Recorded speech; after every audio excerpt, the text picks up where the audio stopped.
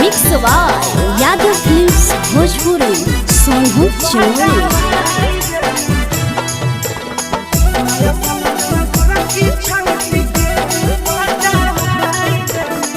महारो मंतरा पंडित जी भगिया पलटाई देने।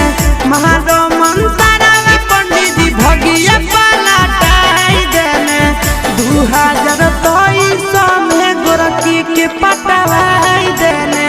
नया साल में गोरखी छौरी के पटवाई देने।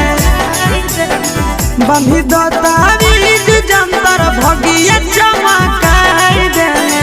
बंधी दो तावीज मंतर भगिया चमकाई देने। 2023 में पटरखी के पटवाई देने। 2023 में प्रभु पटवाई देने।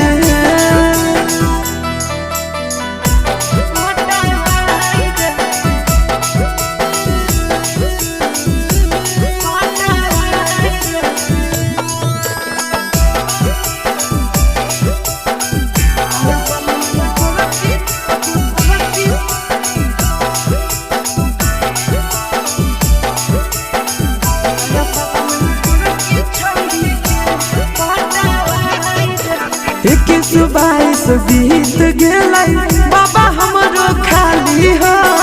पटल नहीं लाइन मारलिया भैया के साली हो।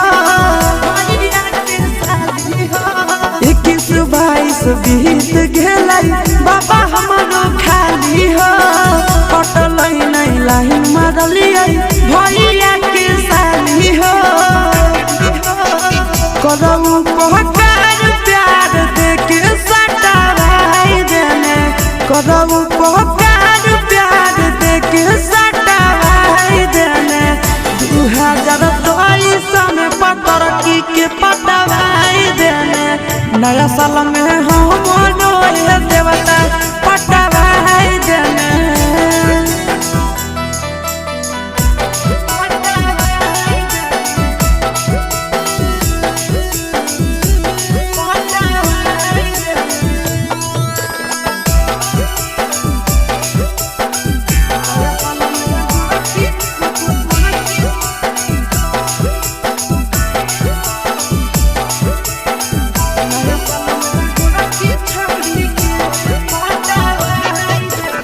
कहिया ले अकेले रहते आशीष नंदन हो।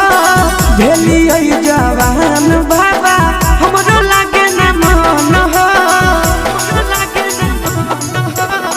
कहिया ले अकेले रहते आशीष नंदन हो। भेलिए जवान बाबा हमरो करो है मन हो। प्यार के गंगा में एक बेर डुबकी लगाई देने। प्यार के गंगा में एक बेर डुबकी लगाई देने। 2023 में पटरखी ए बाबा सुनो ने हो। 2023 में पटरखी के पटवाई देने।